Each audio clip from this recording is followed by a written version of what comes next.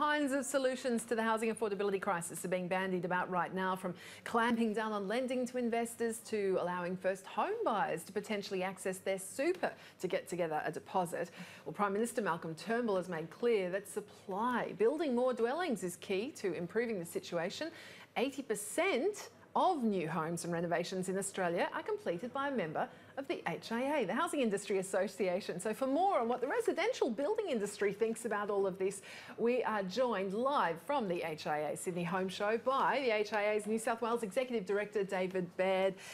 David, thank you so much for your time. I mean, just firstly, we've been, hearing how 2016 was a record year of for new home building in Sydney and in New South Wales, where it still has the worst housing affordability situation. The median house price is around $900,000.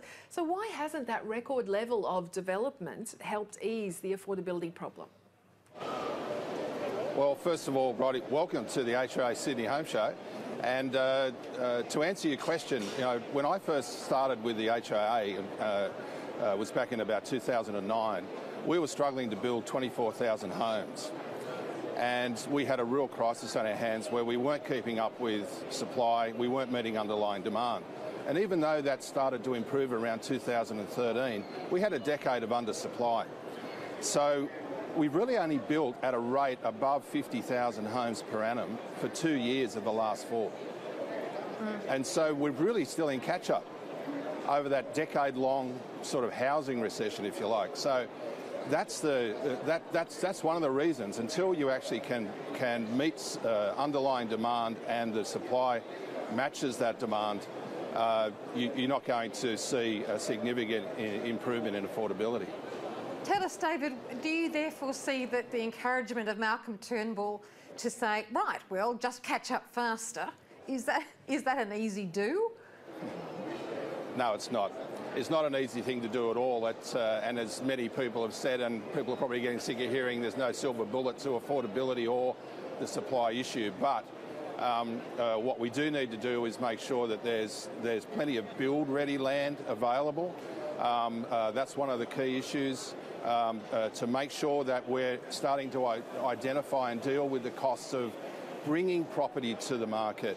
And that's a real issue now. I mean, in Sydney, for example, a house and land package, 44% of the cost of that package is government taxes and levies. Wow. At all levels of government, federal, state and local.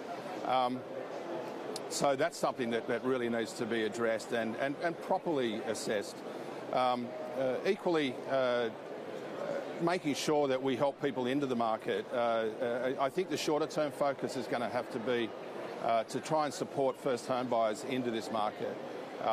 We're not going to see a quick fix. And of course, stamp duty is one of those taxes that I alluded to earlier, which is a very, puts a real dampener on housing affordability. But it's not an easy fix. It requires the federal government and the state government to work together to move away from such an inefficient tax and move to something more of a broad-based tax in the future. Because we've seen, the Victorian government's been grabbing a lot of headlines with all of the announcements that they've been making in terms of their measures, 17 new suburbs, co-ownership, shared equity plans, more help for first home buyers. What about New South Wales? I mean, the New South Wales government has announced this housing affordability review. Are you a part of that? Have you sort of spoken to them? Where's that at? Absolutely. I mean, the affordability review is what they call a cross-agency review, which means basically it's within government. They do need to consult more than they are and more widely with the industry. But we have been in conversation with the government, be it Treasury Office, be it planning. What we're saying to them is twofold. There's kind of a here and now issue, and there's the longer structural term issue. The here and now issue, I think, boils down pretty much to what I said before about helping first home buyers.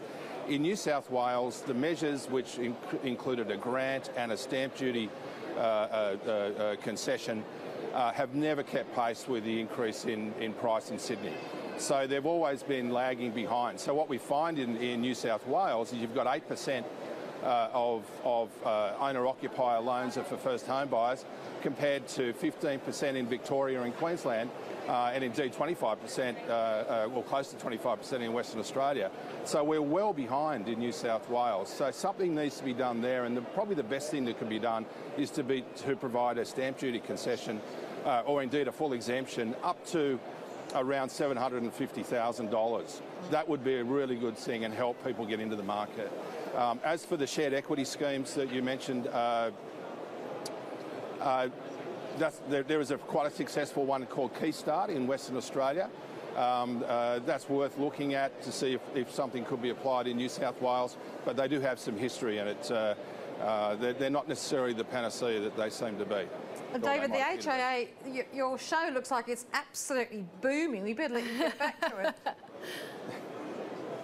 Thank you so much. Yes, it is. That's okay. Thank you. David Bear there.